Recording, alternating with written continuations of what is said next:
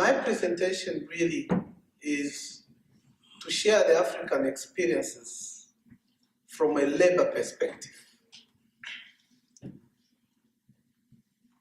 To share the experiences of how is it that trade unions have been able to collaborate with other key stakeholders in extending social protection to the vulnerable workers. My presentation will be as follows.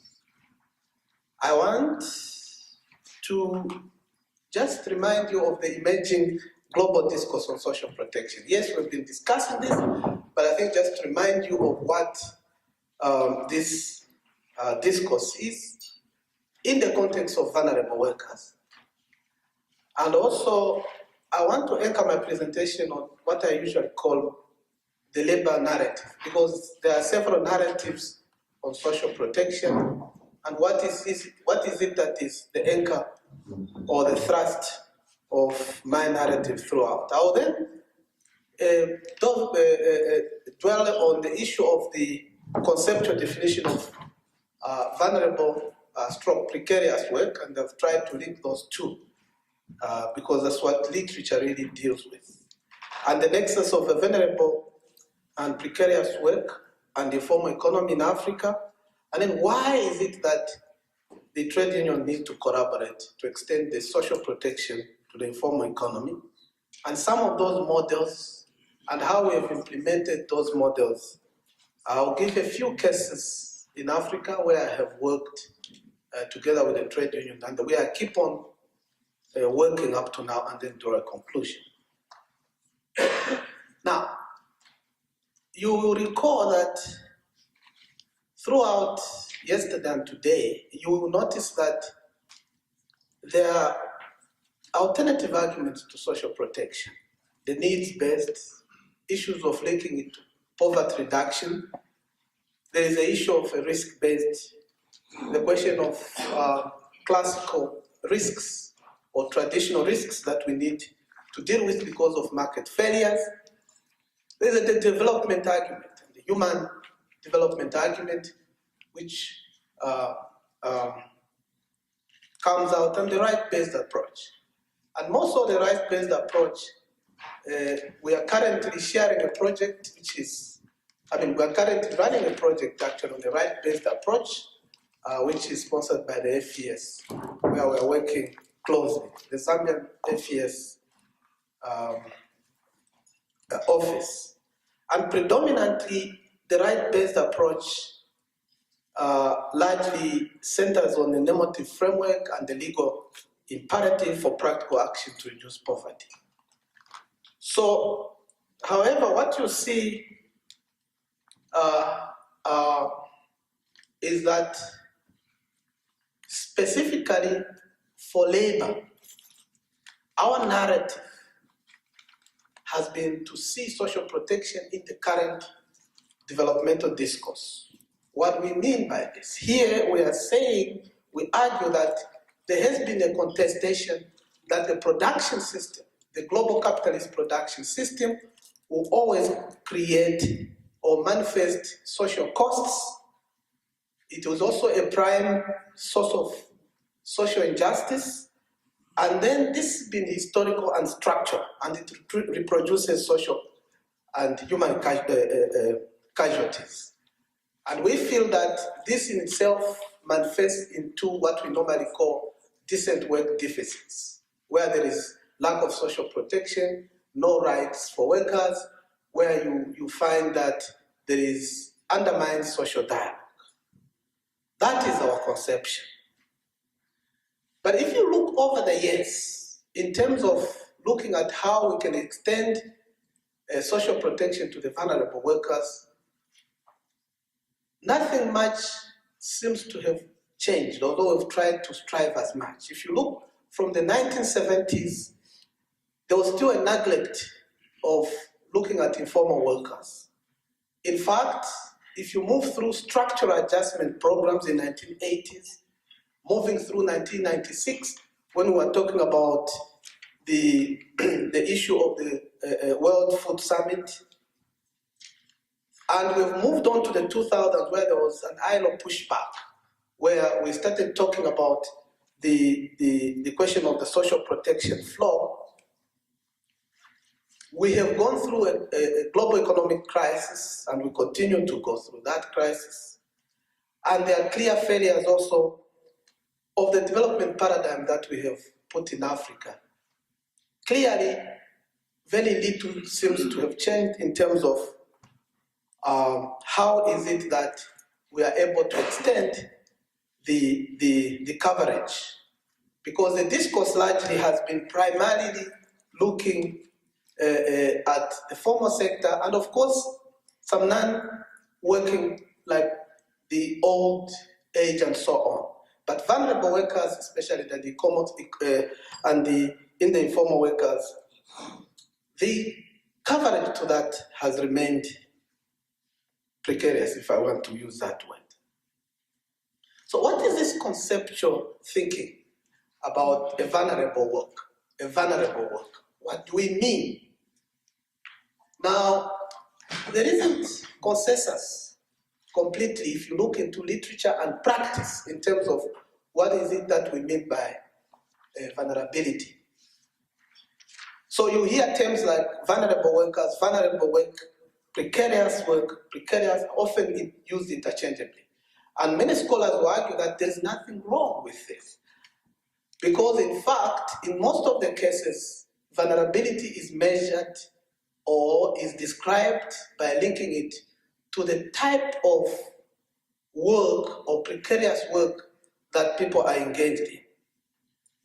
Where that employment, you look at a range of factors that exposes workers to employment instability, lack of legal and union protection, social and economic vulnerability. In fact, the argument has been that when you look at precariousness, the precarity is more likely to be faced by workers that are already marginalized, and those largely in the informal economy. As far as 1989, Rogers, for example, identified the issue of vulnerability, of how is it that you can identify a vulnerable worker. Instability, short time horizon when the risk of the job is high, insecurity, lack of protection in employment and social security, as well as socio-economic vulnerability.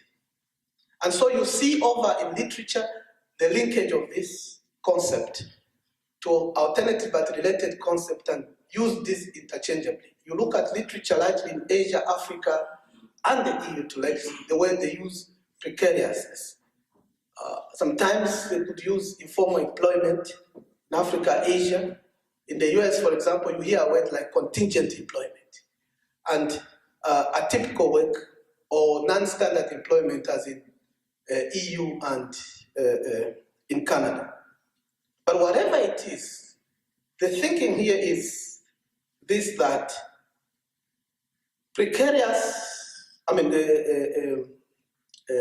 vulnerability of work and precariousness can be highly linked. As you see here, those two definitions talking about insecure, low pay, places where workers' rights are abused, and so on and so forth. Now, you must be careful when you look at literature around the world when you are dealing with issues of vulnerability and precariousness, because there are always some ideological dispositions in the way these words are used. And they are also contextual. So, if you scan into Western neoliberal literature, or others will call it liberal literature, you see them bringing out issues, 4 drivers which are identified, of precarious and vulnerability, where they are talking about issues of precarious and vulnerability being related to deunionization, where workers' capacity has been undermined, or they link it to issues of financialization, where you have the growing power of Wall Street and investors, and the rise of the shareholder concept undermining or diminishing workers in the process. There is also the thinking, which we are aligned to, the question of how the sharp focus of globalization has led to opposite sides, where there is a shift of power to what they are calling big box retailers and so on, and the issue of the digital revolution being in the fourth revolution, actually adding to this precariousness in the changing of job work patterns. So that is a kind of conception that you see. But there's clearly an agreement, really. But the problem we normally find is a challenge in measurement of this vulnerability. And why? Because precariousness or vulnerability is not a precise statistical category. I know that now the international statistics have been talking about measuring this vulnerability, but because the challenge is that it covers different aspects of relationships, and also the existing statistical categories, say part-time work, temporal work, fixed work. In some cases, for example, some part-time may be stable and not necessarily precarious. And so also what you find that much of the precariousness may not be also taken into account in the national accounting system. So there is a challenge to that. But for the purpose of our argument here, we are saying that vulnerable workers are those that largely are involved in precarious work. And vulnerable workers are those largely in the informal economy and can be defined by the structure and context of informality in the country or nation or whatever context, with conditions, among others, what I've listed there. Temporary work, no social protection, no union, no legal, just to put it more simply. That's what can be vulnerability which we are looking at. So there is actually a clear nexus or link between, on the two concepts on vulnerability and informality. Because if you look at the definition of work, which Professor Olivia was talking about, that changing of dimension of focusing informality now, not as on the enterprise, but rather on the employment, you will see that we are talking about economic risk and the type of authority over establishment, and we are talking about both within and outside the informal, there could be precariousness or vulnerability. And this is the kind of agreement that you find in the definition of international definition of what informality is. And by the way, Namibia has been part of those pilots in trying to define the issue of precariousness and informality. If you looked at the central, the labor force survey of 2016. So what are we saying? In Africa, if you look at Africa really, our discourse and consensus is that the term informally employed is largely linked to vulnerability. You could see in 2008, for example, and up to now, the South African Statistics Office were defining informal employment as persons who work in precarious employment situation, irrespective of whether or not the entity to which they're employed is formal or not. And this is a kind of the changing nature of the definition of work. So really, if you look at conditions in Africa, what you see here is this. Some recent estimation or estimates show that 24 African countries, a sample of 24 African countries, 49% of the working young poor live on less than $1, and 73 on less than $2 a day. And out of the 53 of the people working in sub-Saharan Africa, they survive on less than that. Further to this, 85.4 of the existing exist on less than $2 and 70% are women. Our mothers, my mother. And this is the kind of depth of vulnerability, because largely women are disproportionately affected by this precariousness on a daily basis. So these are not statistics, that's what I'm saying. They are not statistics, this is real. You go, you can see it in Africa. So in Africa, really, no part of the African continent is free from the persistent threat of precarious condition. I don't see any. You walk in Zambia, for example, my country, if you just walk, you can see precariousness. You walk in Togo, you can see precariousness. You go in, you can see Duakalis in, well, I've traveled most of the Africa, you can see it. Young female migrant workers, temporal.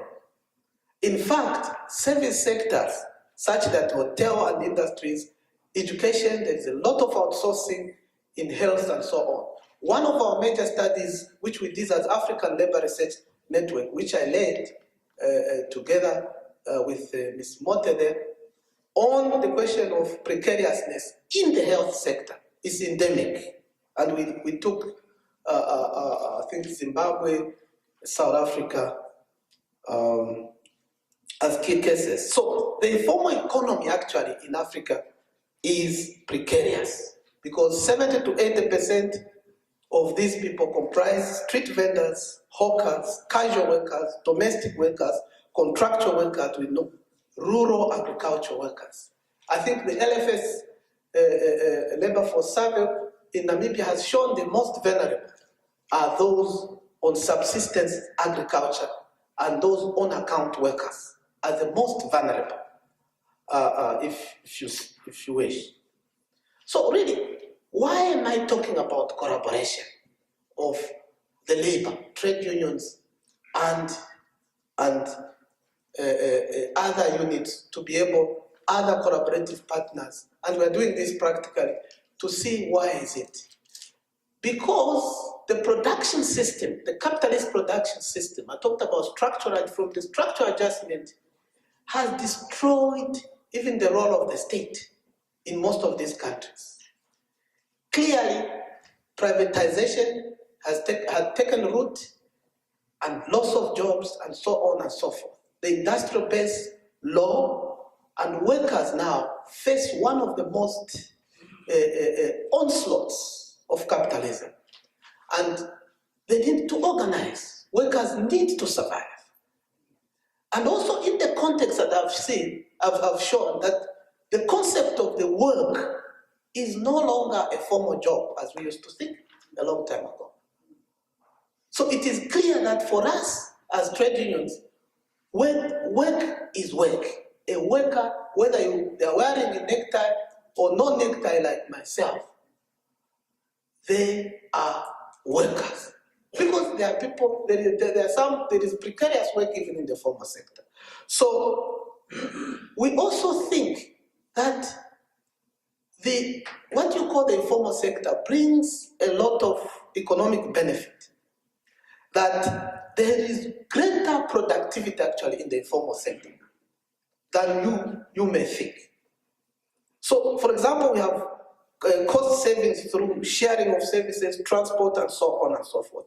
I've given an example here of Oromia Coffee Farmers Cooperative Union in Ethiopia, where workers are, these are workers, they came up together to do that.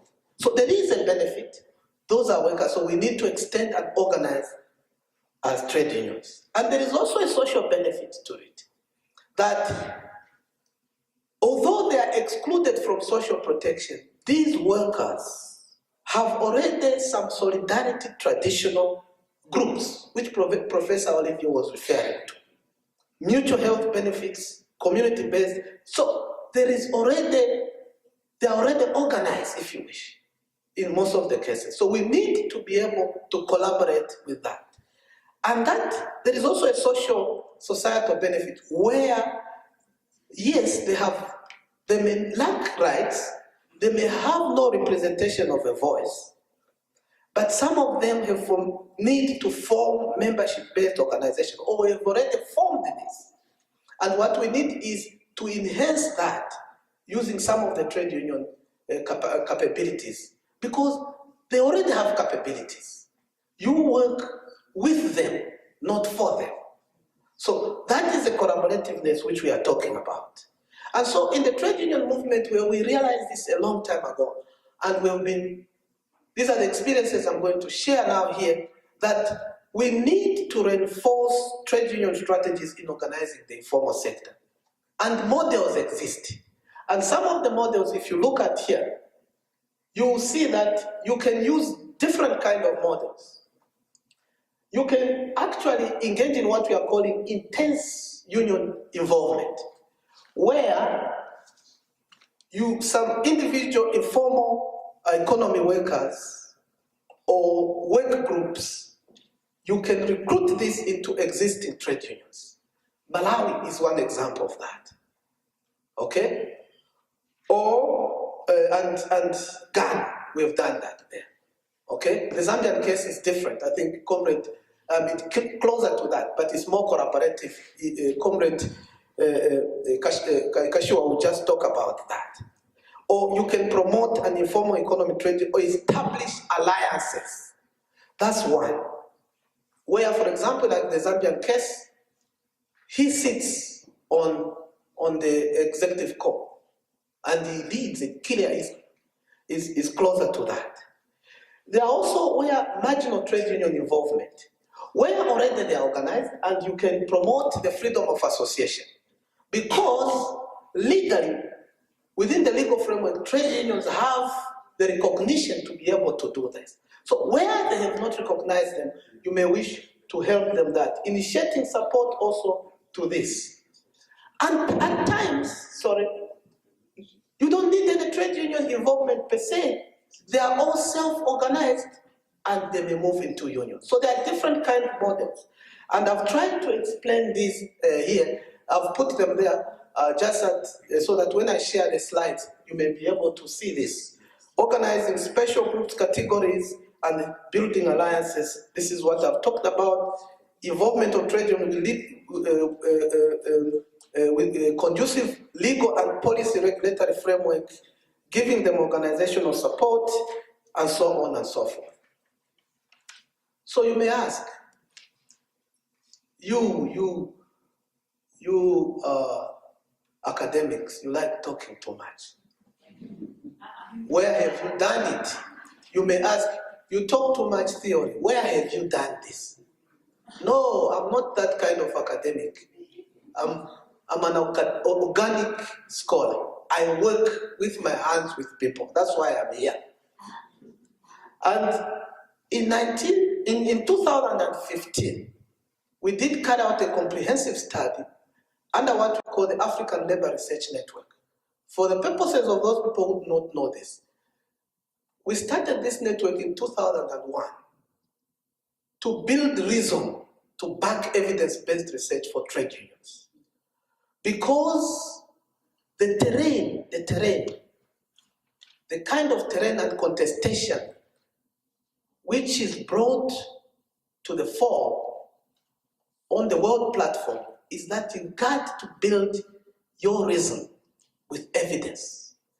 And so this is a critical kind of network where we have a group of research institutions. Larry is part of them, Naledi in South Africa, Ghana, Zambia Institute for all this. We come together. Now in 2015, we compiled and documented, we wanted to see the relationship between the informal workers that have been established. And clearly, we found out that there were several of these in Nigeria, Ghana, Kenya, Namibia. There was, we are establishing in Namibia, not as much, Zambia, Zimbabwe. And later on, we went on further to do another study, I think in 2016, if I'm not mistaken, on labor flexibility. Then later in 2017, we looked at the precariousness in specific sectors. And last year we were now moving on the issue of precariousness in the construction sector. So cases exist. In Nigeria, for example, the Federal Informal Workers Organization, FION, was launched in 2010 in Abuja, 24 organizations drawn from 11 federations, these coming together. And these, we are working with them. We even had a meeting recently, the right-based approach recently in Pretoria. Salarium, here, the Labour Congress has approximately 144 plus from the formal sectors, plus 555 plus members from the informal sectors. So these, the two informal trade unions representing street vendors in a broad sense, and what they call the motorcycle taxis. Those of you who have been to West Africa, when you enter the road, it's just motorcycles. Huh? So organizing, those are well organized in Silario. In Kenya, COTU working with the informal sector and working with StreetNet on most of those kind of issues. In Ghana, First National Union for Workers in the Informal, here it was established in 2013. It is affiliated to the Trade Union Congress of Ghana, TUC, Ghana TUC, no, we call it Ghana TUC. It has 14 informal workers association, 79,000, that number has increased, and it affiliated trade union members in 2016. In Zimbabwe, there is a robust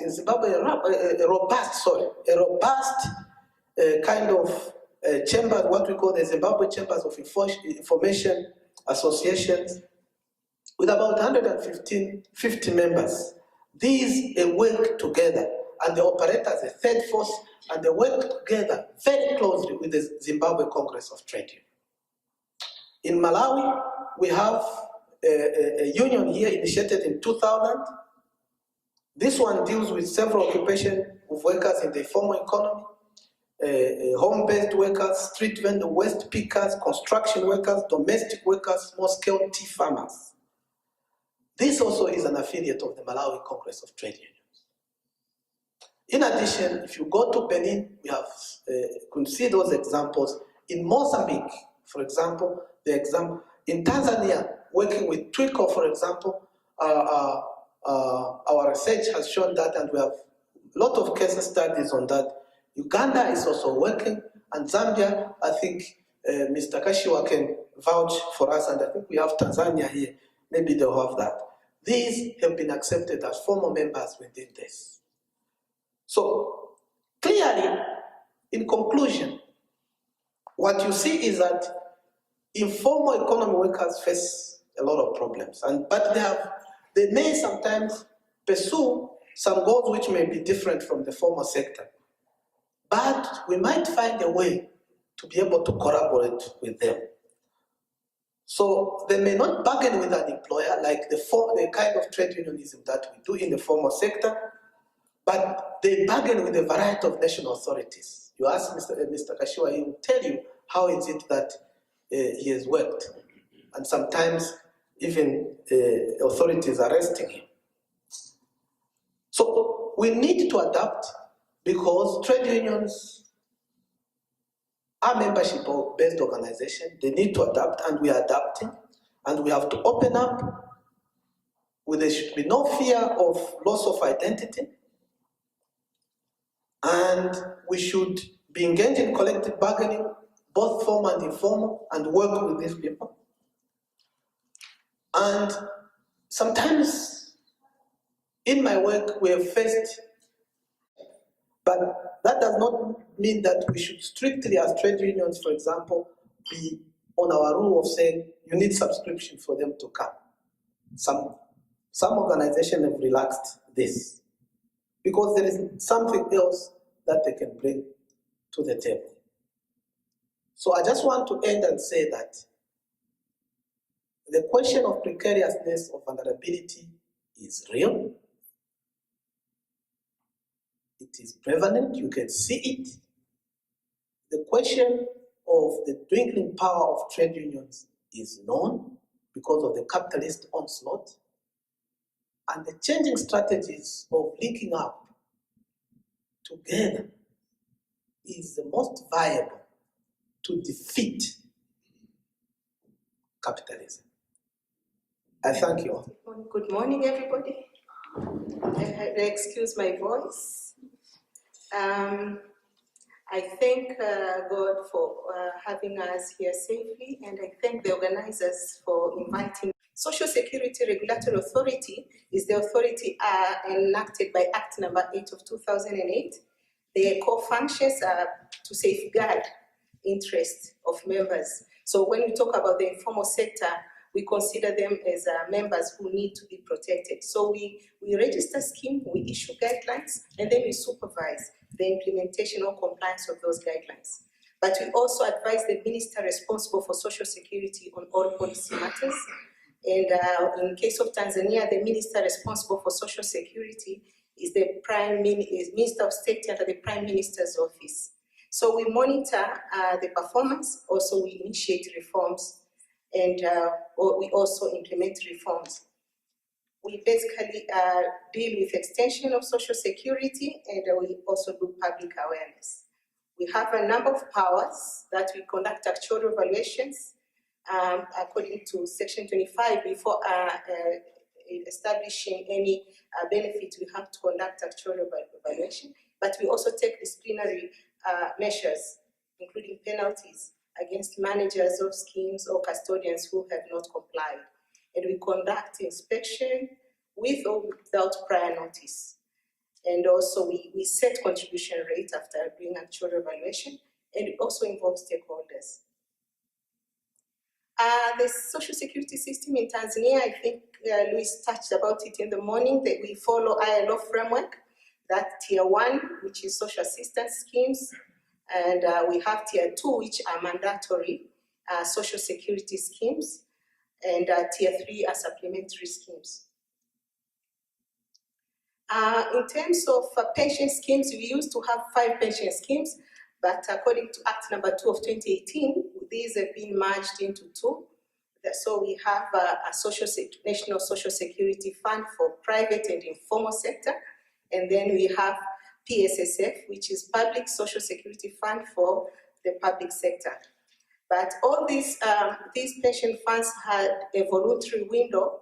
That is, you could see on the right-hand side, GPF. For you, it's left-hand side.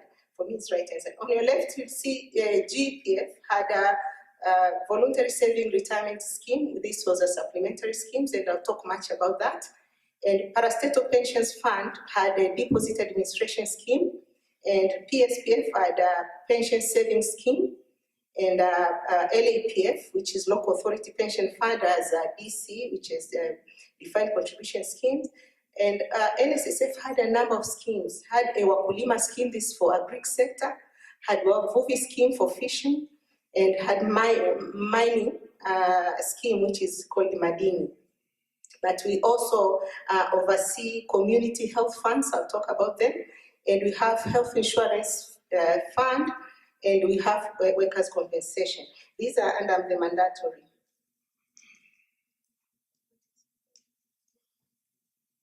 Secretary? Thank you. These are basic benefits for the mandatory schemes. And I know for the informal sector, they are not interested in all these benefits. They have specific benefits for them. So for the case of Tanzania, you'll see we have the informal sector and agricultural sector. You see 75% is an agricultural sector. And then we have self-employed without employees at 10%. And self-employed with employees around only 2%.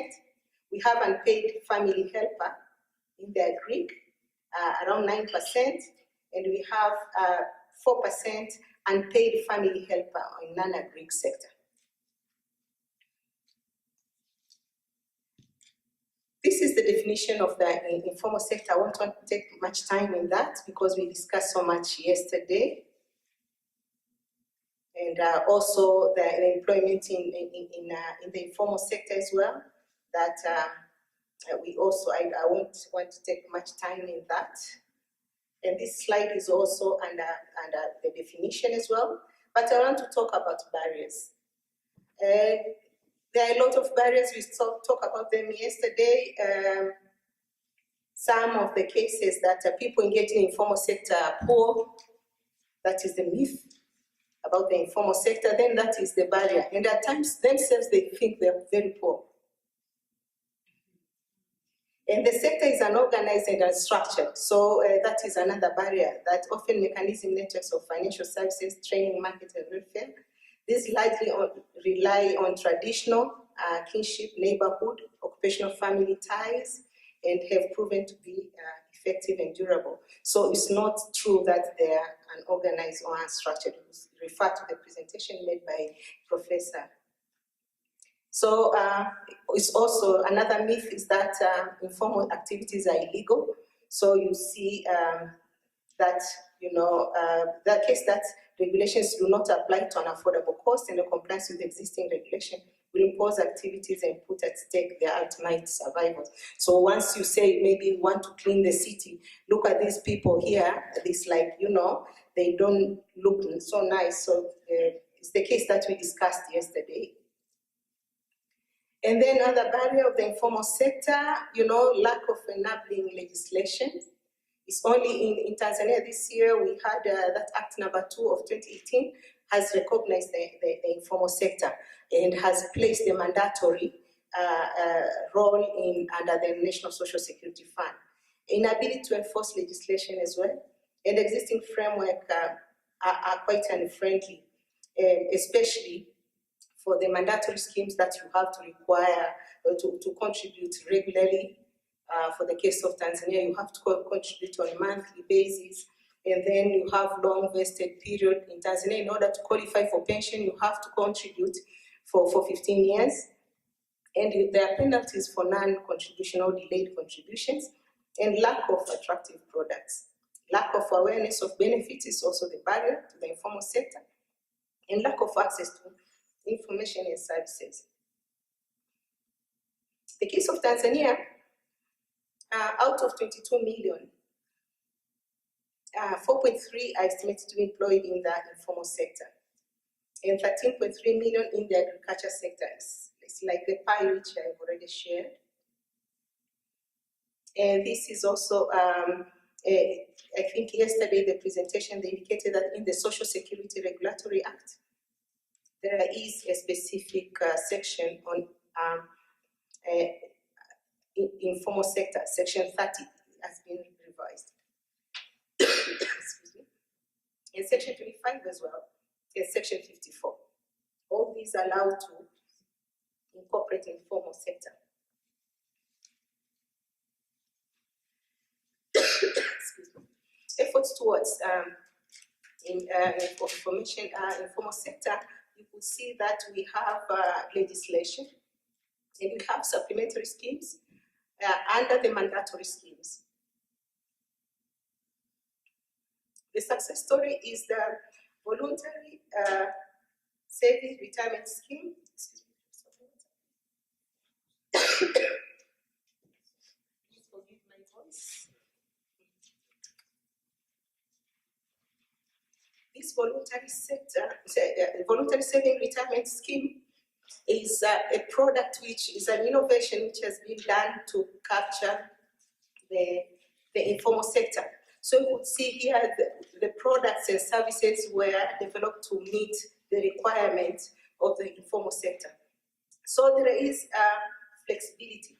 You can contribute daily, weekly, monthly, or any period that you think is appropriate. And for the farmers, or for the farming sector, you can contribute in the form of eggs, like in the collection sectors, you collect trays of eggs, like you bring 10 trays, 1 tray can go to the Social Security. Or 10 liters of milk, then 1 liter goes to the Social Security. This is priced, then at the end of the month, the message is coming to you showing how much you have contributed. And because the survey indicated that they want to get something out of that, they are allowed to withdraw up to 50% of their contributions. So if you want to buy another cow and you have contributed liters of milk, which are adequate 50% of which is adequate to buy another cow, you can withdraw that and buy a cow. And for food vendors as well, they can contribute on a daily basis, and you don't have to go to the GPF office. You can contribute through using mobile money. And when they register you, they come to you. You don't have to go and ask to fill forms and go to the studio and take a passport size. They come, they take your photo, they help you to fill in forms, and you get these reports regularly. And there is no minimum amount that you should save each month. So it's just to encourage you to save more. Even for a motorbike or motorcycle, you want to buy your own, you can contribute in a way that you'll be able to buy your own after some time. So each member has 2 accounts. One account is for pension and one account for your own needs. So this is the scheme. So we have very flexible collection and registration system and payment of benefits. GPF supplementary scheme, a number of males,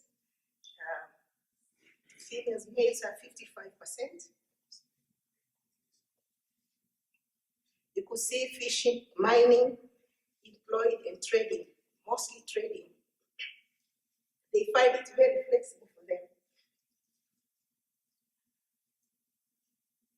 So you see the contributions. The contribution, you will see we have some who are contributing up to 500 Tanzania shillings, up to 5,000 a day. This is another intervention.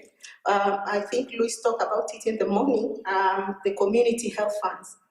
We, as SSRI, we have already registered 166 community health funds, which covers about 2.2 million households, and they have 12.6 million family beneficiaries or dependents.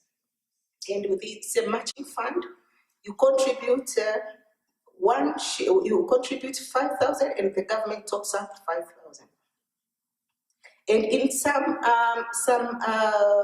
councils, they are also very innovative. Like there's a council that the central part of Tanzania, they contribute in terms of coke. 10,000 is the price of coke. So you go and you know that the selling place, they can sell chicken at 10,000, and then you know if you're keeping chicken at a certain level, you're already covered, because you will go and exchange and get money to pay for your health insurance coverage.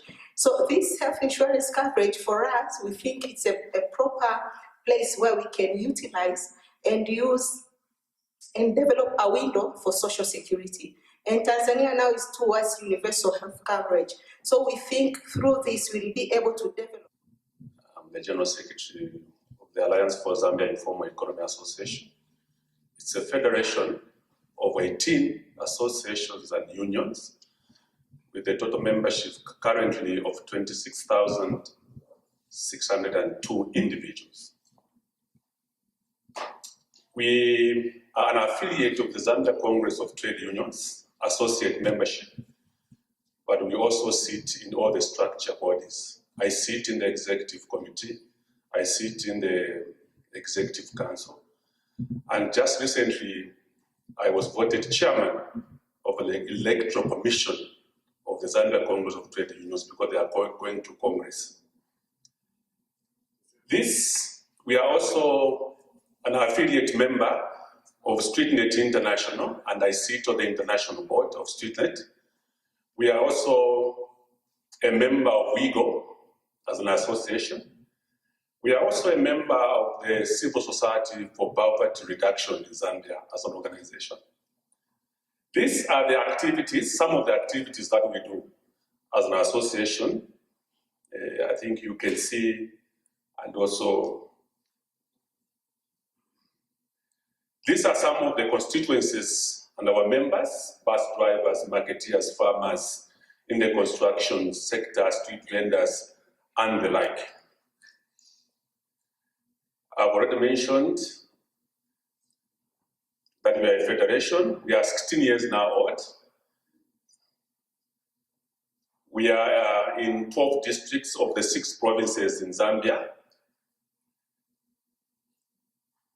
This is our structure, and this is our vision to build an equitable and democratic society through promoting full participation and protection of informal economic workers in community and national development. For us, participation, not being consulted, participation is our key. Without our participation, whatever comes from government is a non-starter.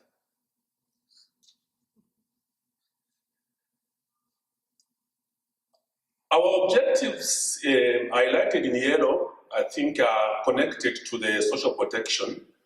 And this talks about to endeavor to achieve decent standard of living and social justice for members and their families through access to secured income, social protection, and participation in decision-making processes. Another one is to educate members and workers in the informal economy on their civil, social, and workers' rights. So for us, these two are very much connected to the issue that we are talking about today. These are some of the activities that we do as an association. We do workshops, conferences, constitutional meetings, radio programs, representation, and even litigations. In Zambia, we are the only organization in the informal economy that had taken government to court in the year 2004. And that culminated into the amendment of the Market and Power Station Act, which we are using now. These are our membership. This is where we are. We have a two full-time office staff, 2 part-time staff, and 5 and volunteers as district secretaries. These are the sectors and constituencies. Those in green are the ones that now we are targeting: the freelance photographers, porters, metal fabricators, and car washers. Now, this is the summary that we are starting from here. The Zambian scenario is that 87 to 89% of the workers or the labor force are hiking their living in the informal economy. And the Central Statistics Office of 2017 revealed that 5,049,059 workers, of which 2.7 were men and then 2.2 were females. In 2012, we had 5,221, of which 4 million, we had 5,221,000, and of the 5,221,000, 4.6 million were hiking their living in the informal economy. So you would give your own percentage there. Out of this, at agriculture, mining and quarrying, trading, transport, and community, social, and personal sectors takes the lead in terms of the workers. And while agriculture, transport, tourism, and construction sector also takes the lead in terms of employment of workers in the informal economy, while the rest, in terms of trading and other sectors, that is where we will find the self-employed workers or the on-account workers in our country. And this is the tabulation of the sectors and their total employment status. Now, before I talk about anything, where we are, what we've done, the challenge, it's important to start first talking about the challenges that we've been having in our country as informal economic workers. One is the issue of lack of a legal framework. There's no framework you can point out that suggests it supports the activities of the informal economic workers in Zambia. And this has resulted in non-recognition, non-regulated, and unrepresentation in decision-making processes. So we do it as an organization using our own, I say, force or organization. So we are not considered as workers because there is no law that permits us to form a union. The issue now is also is based on the employer-employee relationship. Where there is an employer-employee relationship, then you can form a union. The current scenario is that as we cannot form a union. We must be registered as an association. In that, there is no social protection. Arrests and victimizations is the order of the day. The issue is because we command a very large membership, and each time you have a public rally, public meeting, you are labeled to be an opposition member of the opposition. So government will always clamp on you. And for us, we have believed that the more you are arrested, the more you become popular. So some of us will become popular because of too many arrests. We have also no bargaining forums, so we just meet at the will of those that are in offices. If you have a very good director in the Ministry of Poverty and Education, then you can have engagement. But if you have an hostile director, then no meeting. Then there is also no social and economic livelihood. So we have no guaranteed secured income and no social secured workplace with no line in ministry. We cannot point to which ministry we can go to solve our issue currently. If you go to the local government, they will tell you, no, I think this issue, you can go to the Minister of Labor. The Minister of Labor will tell you, about statutory, you have no obligation, no mandate. Can you go and see the Ministry of Commerce? The Ministry of Commerce will tell you, do you have license? Are you registered with PACA? At the end of the day, you come back to your workplace. So this has also hindered a lot of our progression. There is also very negative perception of the informal economy.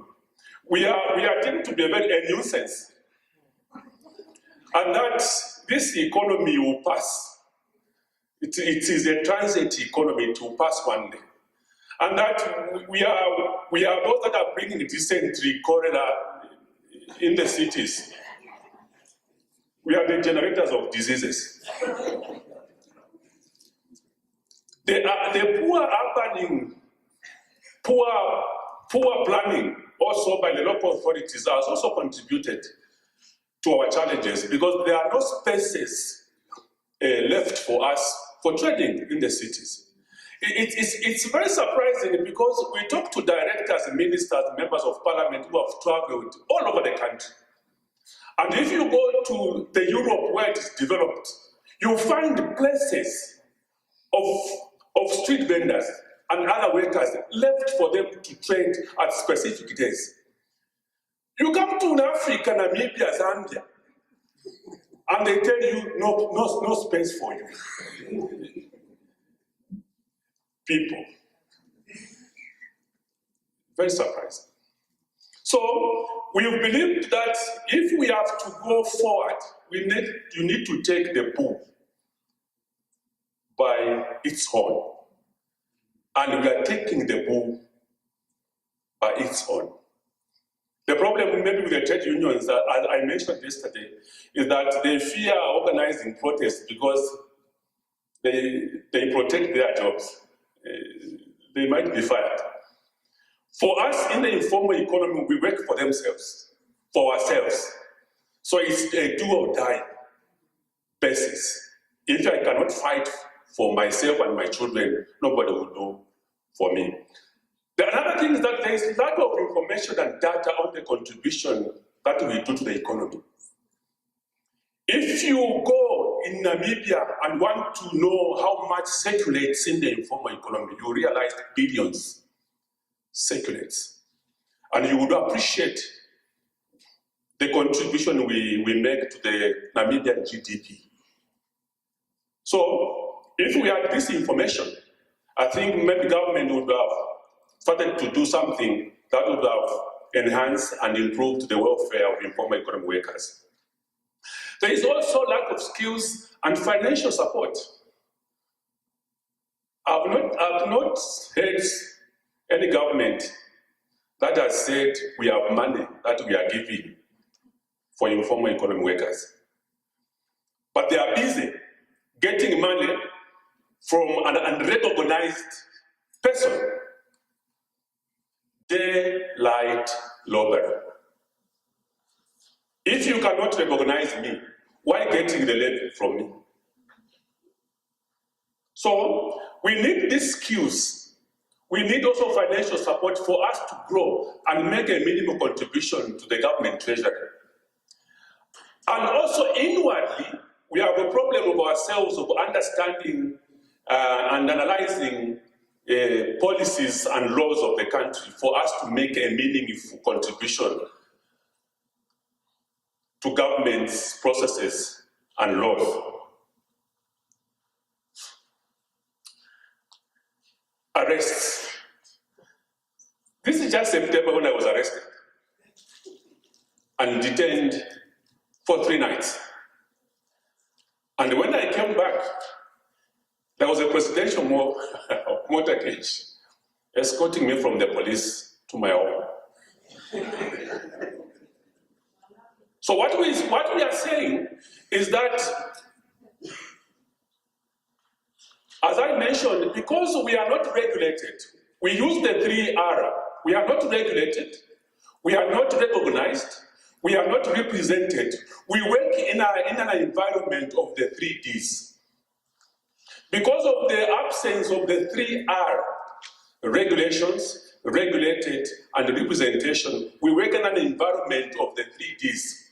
We work in a dirty, demeaning, and dangerous environment. So this will tell you the environment in which we work. That's the vulnerability, how we have analyzed and defined and the vulnerability that these scholars always use. What are our experiences? We work long hours. We sell perishable goods. No time to rest because our businesses are hand to mouth. We live destitute lives at old age because there's no pension. Our environment, our trade places are politicized. You need to corrupt a party cadre for you to have a space. You need to pay many levies to different mafia groups for you to call it a day. There are instances where a mother would come to a trade place with a 1-week baby because she cannot afford to stay another 1 month because she has nothing to lay on. We die from preventable diseases because there's no quality health care, which is free. So in this, we survive from our own indigenous social protection that we've created in bus stations, in markets, and other places where informal workers work. You'll find that in each groupings where there are informal workers, there's a funeral grant scheme. There is also a scheme that helps to revive one business when one has gone bankrupt. So these are the indigenous social protection schemes that we are using in Zambia. And we want to ride in these indigenous schemes in Zambia because we believe that we need to start our own African thing and make a try on it. So we switch also to different types of businesses according to season. I think my colleagues mentioned this yesterday. We are very, I can tell you, we are PhD holders in business, even if we have never been to the university. So we analyze the situation and the demand at a particular instance and season. So we switch to different businesses. The high cost of doing business is the order of the day, due to high cost of transport, goods, and also the issue of middlemen. We borrow at high costs. We are prepared to be fired. Ask the informal transport, minibus drivers, they will tell you. They will just leave an NRC while he's employed. The other morning, the other evening he comes, he's just given his NRC and told to go, never to come back. So you work at a will of an employer or at the base of an employer with no law backing you in that employment status. As I mentioned, we cope with many levels. As I mentioned, we are used to corrupt leaders. One way that we use is protests. I mentioned yesterday that in our country as an organization, because we are an umbrella organization and we have leverage on our membership, in 2007, we created a national protest that nobody paid in all the 10 provinces of the country market levies for 2 days. And it forced the Republican president to call us to discuss at State House. Just this year, in August, one of our members was killed by a local authority by virtue of her doing street vending. And there was, I can call anarchy. Because what we did was to get that body, took it to the local authorities' premises and start digging to bury that girl in that premise. To show the gravity of marginalization that we are experiencing from that local authority, and to force the president to come with an helicopter to address us. So it gives you the organization aspect and the seriousness that we've had as an organization in terms of dealing with our issues as they occur. So protests has been the means, because we have no other way.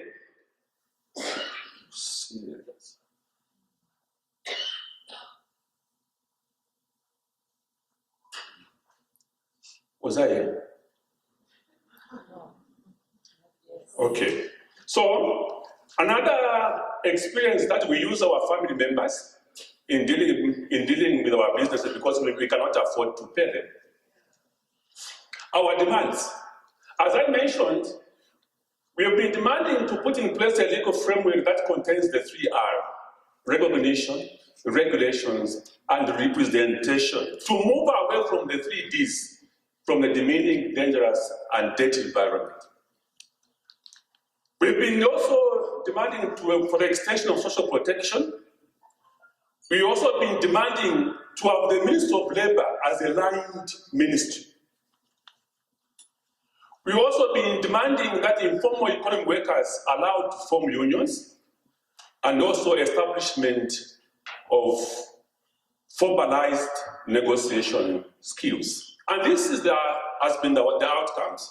In 2012, when a new regime came into being, which was supported by the marketeers and taxis and bus drivers and peasant farmers, His Excellency, may he so rest in peace, had to make a decree on his inauguration that there would be no arrest and harassment of any informal workers in Zambia. You would imagine the response in the country. And among the reforms he announced was the reformation of the social protection system, which he announced must have an extension of coverage to the informal economic workers. And since 2014, we've been part of the small group, of the technical working group that has been going around the country to receive submission from the people, analyzing it before sending it to cabinet. So from 2014 to date, it has been 5 years before reaching the consensus. 5 years before reaching the consensus. It has not been easy in this group, I can tell you, because when you have government officials, directors, when you have permanent secretaries, when you have people like Madame from the National Pension Scheme, from the other, with suits, with big English languages, whatever, they always look at you as second-class citizen. They would want to represent you because for you, you are uneducated and you cannot make any meaningful contribution to the issues of law and policy. So it has been a battle for us to make to move to a stage where we've moved, because we've been very consistent and we've been very serious to say, without our input, without our involvement, without us being part of the process, this document won't be our document. And this government I've seen, because the Bus and Market Station Act has not materialized it now today, because most of the things that we submitted had not been taken on board. So we have representatives from government and quasi institutions who wanted to suggest what we wanted to be in the document, and we declined. But what helped us in making this headway? What helped us in making this headway? One, we first acknowledged our deficits ourselves. That as an institution, also as individuals leading this organization of informal economic workers, there are certain deficits that we needed to up ourselves. And we had to recognize and identify 4 institutions that we thought would be of help in this process. The first institution was FES. FES because of course, they have the leverage of convening platforms like this, because they have money. They have also influence. As I mentioned yesterday, they have also influence. They have also strong partnership with the ILO. So we approached FES on the issue of this social protection issue, and they agreed. And so far we've had 4 meetings, 4 workshops to the stage where we are. Secondly, it was ILO, because of the expertise that they've had on the issue of social protection and other issues that concern workers. We thought ILO would be the best to give us the conceptual understanding of the issue that we were going in. The other one was ZCTU. Because of being an affiliate, we had to write on the linkage, on the statutory mandate and linkage that they have with government. So through ZCTU, we were able to have direct linkage with the Ministry of Labour. And then another institution is government. We had to make sure that we create a very good working relationship. And you can see me just recently, 4 weeks ago, discussing about the same thing with the Ministry of Labour, Honorable Joyce Nonde Simukogo. So we are part of the extension, technical working group of extension of social protection to the informal economy. And one thing that also government had realized that we are a reckon to look at is that each time we have a meeting with government and other social partners, we have also a big gathering where we report back. And that big gatherings are always even on media, supported by FES, television, and also radio. So government have realized that we are a very serious partner, and we are not here to play because these are issues that concerns our livelihoods. What is expected now is that we are not waiting for this pilot, for this draft to be taken to cabinet, to go to parliament, and then let it be signed by the president. With the process of government, the bureaucracy of government, it may take another 3 years before this law is maybe signed. So what we proposed with the ministry and the minister was that we cannot wait for this process. We need to start a process now. And that process should be riding, as I mentioned, on the indigenous schemes that we have currently running in the markets and bus stations, and even in farms. So we had proposed to have a prototype hybrid mutual fund named on our name as Azia. So, which the ministry has agreed, and has agreed to be piloted by January 2018. The issue is that, I'll be very frank, because this is what even I told the minister, I think Professor was there just recently. One, we've lost some confidence in government institutions. And I'm a culprit because I worked in the mines for 12 years. I was retrenched when Zambia allowed the privatization system to come in 2000. Then in Zambia at 55, you need to get your pension. So I was 55 last year. And up to now, I haven't gotten my pension. So you would see, it's not that if you go to government service providers, that's clinics, maybe Namibia would be an exception, you would be in a queue from morning. If there's a big teaching hospital, you'll be in the queue from morning and be attended to around 16.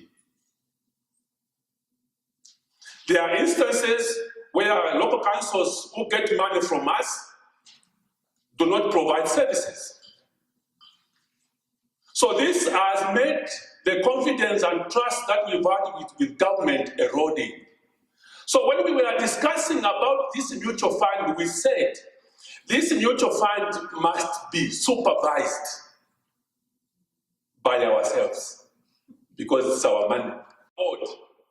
Of which 5 should be from us, 2 from the Pension Authority, 2 from the Minister of Labour. Wasila, finish. Because we need to start from somewhere. If government wants to improve on what we will start, we will need to start somewhere for us to reach where government wants to go. We believe, and that is what we always say, it is not us who went to heaven to get salvation. It is Jesus Christ who came on earth. He was born through a human being, mingled with us for 33 years. We appreciated him. So when he gave us the message, we said, truly, this was Jesus Christ, the Son of God. And then he went back. So government should not expect us to move where we are and want to move where they want us to be. No. There must be some readiness, institutional readiness. And I was glad when Madame mentioned about us contributing milk, us contributing maize, as a way of contributing to the social security. And that's the best way. You need to move down to a level of the people, and they should appreciate you and say, this is our friend. So what we have said, because of the centralization decision-making process, we appreciate this model because also it has different components. For you, you value pension. In the informal economy, we value loans and grants because we are two-legged individuals. One leg, I'm a worker. One leg, I'm a business individual. So enhancing my business is very critical for me to survive. So while we're looking at pension, I'm looking at how best I can enhance my business. That's why we've agreed that we will be making a one-stop shop contribution, 3 in 1. One for savings, one for pension, and one for healthcare. According to the ability of an individual, according to the period of an income, if he can afford it daily, he can. If it is weekly, he can. If it is monthly, he can. And there are those that get money once in a year, farmers. So long they have a specified figure that they will contribute to that pension scheme. So for us, this gives ownership. This mutual fund gives ownership to the informal economy workers. And we are very lucky because one of the issues that was presented by many presenters was the issue of political will. In Zambia, we have a political will with that madam in office now. And I would like to urge my colleagues here that nothing will come on a silver platter, nothing. This government works when they are under pressure. If you sleep, they will sleep and dance. If you dance to the left, they will dance to the left. If you dance to the right, they will dance to the right. If you dance in all the 4 corners of the world, then you let them dance in all the 4 corners of the world for you to achieve what you need to achieve. For government officials who are here, members of parliament, when you go to the grave, there is a poster which says, I was like you, and you will be like me. You will never be MPs forever. You will never be directors forever. You will never be ministers forever. You will never be a president forever. One day, you join us. So you need to correct the environment now. So when you come back and join us, you find the environment habitable and suitable.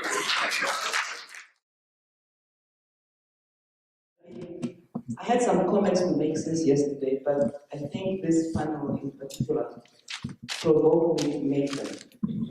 And I'm particularly very grateful to hear the experiences of Zambia and also Tanzania with regard to how they really contextualize the whole question of social protection. And in the case of Tanzania, making sure that they meet people halfway in terms of what they are able to do. And I hope Namibia can learn lessons from them. And the question really what I had yesterday to the Ministry of Poverty Eradication is whether we really know what the social protection needs of Namibia's informal workers are, and whether there has been an assessment done of their specific needs, or are we assuming that we know what they need? Because as we heard from the Zambian experience, for an informal worker, attention is not a priority. And in the case of Namibia, let's assume that all informal workers, for instance, or all the poor in Namibia have food, shelter, health, education, which we know it's not sufficient for most.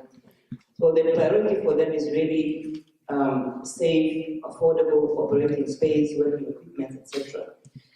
And also, I think we need to differentiate between the informal economy from the general poor or poor household. Even though there are overlaps, they should not be confused because informal workers are workers, as we can hear, even though their conditions are undesirable for many scores, including the absence of collective bodies, agencies, sometimes through informal sector associations.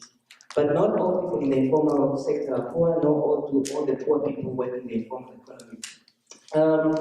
And what I really just wanted to know is what are for example, the social protection needs of the general poor, and what has Tanzania, for instance, did you have to conduct a baseline for you to then, which informed the kind of social protection system that we have set up, which is excellent. Thank you. Thank you very much. I think my question is directed to my brother from Zambia. The first one is with regard to, I really want to know, in your organization, how do you deal with or differentiate between an employer and an employee? Do you represent both, or how do you deal with their different views on issues? The second question relates to somewhere you mentioned that when you raise issues, you are regarded as you are part of the opposition. Now, in Zambia, how many trade union federations do you have? And are they, or one of them, affiliated to a ruling party or not? And how do you work with, if there are more than one federation, do you work with 2 or 3 that are there, or do you only specifically work with the one that you are affiliated to? And why? Thank you. I'd like to thank the 3 speakers.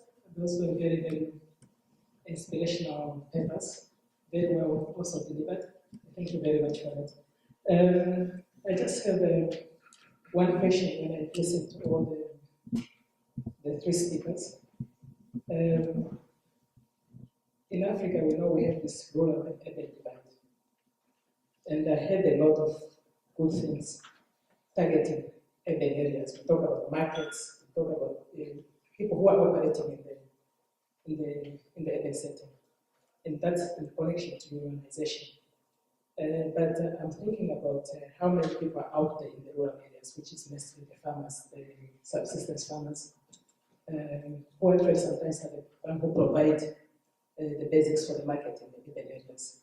How are they being organized? There's something happening, especially in the two countries, in regards to that. Because in Namibia here, we are struggling. I think recently we talked about involving small farmers in procurement. But when I always call it when the tire hits the road and you want to procure, there's no organization. You can't get to that small farm at this moment. So I want to hear the experiences from the two countries. Okay, thank you very much. Mine is going to the Tanzanian presenter.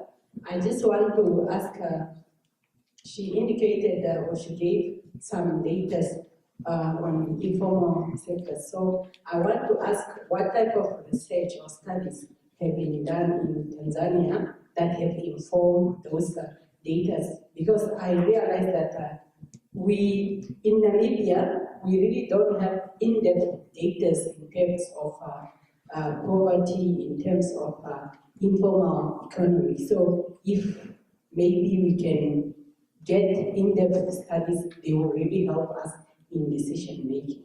Thank you. The first question on, do we pay tax? Yes.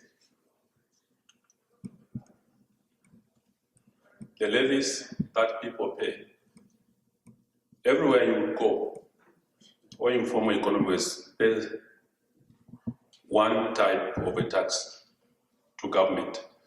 So we pay tax. Secondly, do you represent both employers and employees? That was the question. Yes. The needs of an employer always is defined on how big one becomes. Because the more you rise up, the more you would want to affiliate to the chamber somewhere, because maybe your needs would be aligned to the chamber. But when you are in the market and in the bus stations and other informal workplaces, there are needs that will arise that will need our representation. As I mentioned, you are a two-legged individual. On one line, you need labor intervention issues, and on the other, you need business intervention. On the business intervention, we are grantorers when members are getting loans from these financial institutions. So we represent them.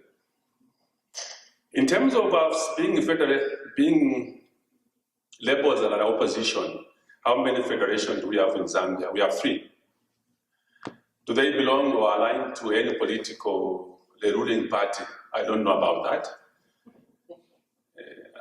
But the institution we belong to, the Zambia Congress of Trade Unions, is non-political. And if anyone is seen to align the institution into politics, because I sit in the executive committee, that's a punishable offense. In terms of organizing the rural workers, Madam, it's a challenge. I can tell you it's a challenge. Even us as an organization, it's a very big challenge. Because when I'm talking about informal workers, majority of the informal workers even in Zambia are in the rural part. And some of them are very much in the interior part of the country. So reaching them has been the issue. What we've been doing is to encourage groupings, organizing groupings in different districts. Because we're an umbrella organization, we don't affiliate individuals. We affiliate organized groups. So we encourage every area of the province to have these groupings that should go and organize their fellows. But it's a very big challenge which needs a lot of resources. Thank you. Thank you for very fruitful interventions.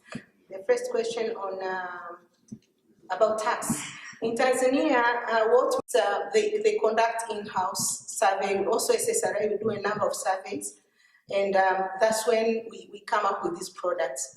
And we also have an institution there called Financial Sector Deepening Trust, which also conducted some survey. One of them is they looked at the diary of a farmer. So they stay with farmers for like three months and look at each item, the expenditure of the farmer, and how much is it set aside. And they found about 30% of their income was set aside for health. Because although they don't fall sick often, but when they fall sick, the impact is huge. So that's why we got that product of health, and that's why CHF are very popular. Regarding the question from, I think this was from Salome, rural areas farmers, how do we target them? In the rural areas, like I said, they have associations, and we have cooperative societies, and we have SACCOs. So even the collection, even the contribution or the collection of contribution is done at the collection centers. So if the tea growers, they have the association, then they have collection centers. If these are doing milk, they have their centers of milk collection, and then they meet there. And likewise in eggs, etc. So we go to the collection centers because it's difficult to get them on an individual basis. But for like food vendors, those ones we can follow them in the markets and using mobile platform, the taxi drivers, etc. We go to their centers and register them there. And yes, another in form of studies, I think this question also answered the lady questions that any informal studies. Yes, there are studies, but we don't have a comprehensive study for the entire country. You'll find there is a study for motorcycle, there's a study for, let's say, Dar es Salaam, Ilala region, but we don't have, for the entire country. But, like you find the issues that are facing motorcycle drivers in Dar es Salaam are not very different from the rest of the region, of the country. Likewise for the farmers, etc. So we are targeting, now we are looking at having schemes based on crops, because there are some who are doing, crops which are, for export, and there's some who are doing, perishable crops. So these are the ones that we are going to target. The good thing is the Prime Minister's office now is collaborating with other ministries responsible for the informal sector to have coordinated efforts. As you heard that we are also piloting a AU project. So we want to, to coordinate all the efforts so that we have, fruitful interventions. Thank you very much. Just briefly on the issue of depth of studies, the International Conference for Labor Statistics, 19th conference, I think there was an adoption of the definition of work. And what they've done is to operationalize that. They picked 10 countries to see how is it that they should be able to talk about the issue of informality and work. And those 10 countries, I think Moldova plus Namibia. That's why there was an input of that technical support from the ILO into the labor force of 2016. That is being now expanded. So at national level, there is already a deliberate technical level coming from that level to be able to help nations so that there is a clear definition of informality and issues of vulnerability and precariousness. So we need to take advantage of that. And I think Hilma is correct. Her and myself and I think many others around here, we are the researchers. I think we must take a lead. So if there are government officials here, we are not selling ourselves. We are competent. We are able to do research to assist you to be able to narrow down this. We can narrow down this to construction. We can narrow down this to that. In Zambia, for example, before there was the linking up with ASEA, some years back, we carried out a comprehensive study at Zambia Congress of Trade Unions then on informality and the needs. And it is based on that that we started to make those kind of moves. So you need well-reasoned kind of evidence-based to be able to collaborate. Just to say that the issue of informality in the urban areas has more depth than perhaps, the rural poverty sometimes is hidden, but it is so apparent because most of the economies in Africa are structured such that the urban areas tend to attract most of the people to the modernization, if you wish. And so in attacking the informal sector, that's why you see more visibility, that there should be more collaboration in that context.